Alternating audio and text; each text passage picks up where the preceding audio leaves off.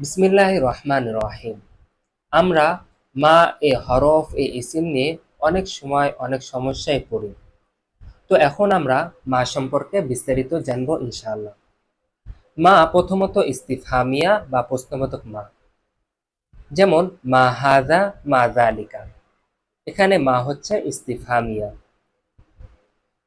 তারপর আরেকটা মা আছে, সেটাকে বলা হয় আল ইসমুল মাউসুল। এটা গয়র আকিলের জন্য ব্যবহার হয়ে থাকে। এর অর্থ হচ্ছে যা। গয়র আকেল বলতে বোঝানো হচ্ছে মানুষ বাদে অন্য সকল প্রাণী কিংবা বস্তু। এই মা দ্বারা যেভাবে মুযাক্কার মুআন্নাস উভয়ের জন্য ব্যবহার করা হয়ে থাকে, ঠিক একইভাবে এই মাটাকে একবচন, দ্বিবচন, বহুবচন উভয়ের জন্য ব্যবহার করা হয়ে থাকে। যেমন আ'জাবানি মা রাআইতুহু, আমি যা দেখেছি সেটা আমাকে অবাক করেছে। এখানে মা হচ্ছে আল ইসমুল মাউসুল, আর রাআইতুহু এই জুমলাটা হচ্ছে তার সিলা। আর ইসমুল মাউসুল আর সিলা মিলে আ'জাবানির ফাইল। আরেকটা মা হচ্ছে শারতিয়া। এই মাটা আমরা সহজে বুঝতে পারবো যখন আমরা দেখব মায়ের পরে দুইটা মুজরে এসেছে এবং দুইটা মুজরাকে জজম দেওয়া হয়েছে। তখন আমরা বুঝে নিব এই মাটা হচ্ছে মায়ের শারতিয়া। যেমন মা তাকরা আকরা, যদি তুমি পড়ো তাহলে আমি পড়ব। আরেকটা মা হচ্ছে মায়ে তাজ্জুবিয়া বা বিস্ময়সূচক মা, যেমন মা আজমালা হাদা, এটা কতই না সুন্দর। এখানে মা হচ্ছে তাজ্জুবিয়া।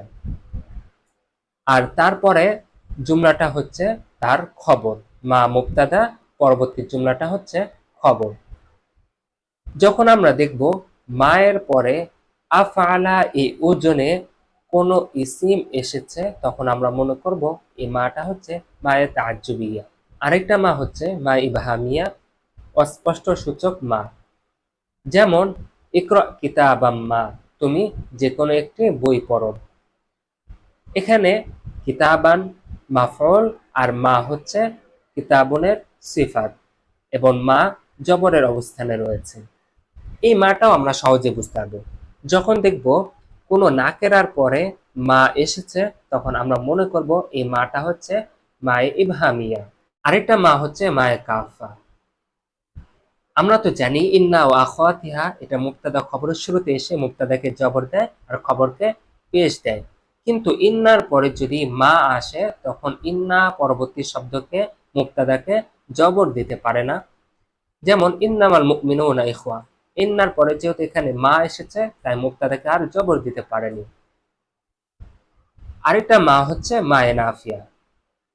এটা কোনো মাজির শুরুতে এসে ওই মাজিকে না বাচক করে দেয়। যেমন করাতো আমি পড়েছি, মা করাতো আমি পড়িনি। এখন প্রশ্ন করতে পারেন, কখন আমরা বুঝবো মাটা হচ্ছে ইস্তিফহামিয়া নাকি নাফিয়া? এটা আপনি বাক্যের আশেপাশ থেকে সহজে বুঝতে পারবেন। আরেকটা মা হচ্ছে আল মুশাব্বাহাতু বিলাইসা।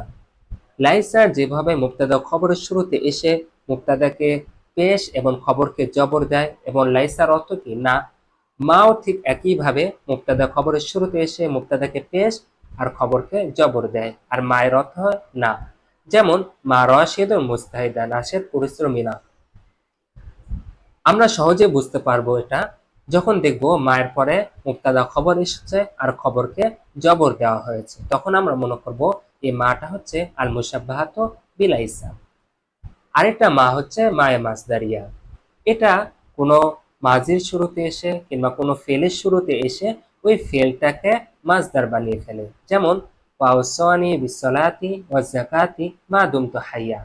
এখানে দুমতু এই ফেলের শুরুতে মা এসে দুমতু এই ফেলটাকে মাসদার বানিয়ে ফেলেছে, অর্থাৎ মুদ্দাতা দাওয়ামি হাইয়ান। এখন আপনি প্রশ্ন করতে পারেন, কখন আমি বুঝবো এই মাটা আল ইসমুল মাউসুল নাকি এই মাটা আল মাসদারিয়া? এটা আপনি বাক্যের আশেপাশ থেকে সহজে বুঝে নিতে পারবেন। আরেকটা মা হচ্ছে আজ-জায়দা।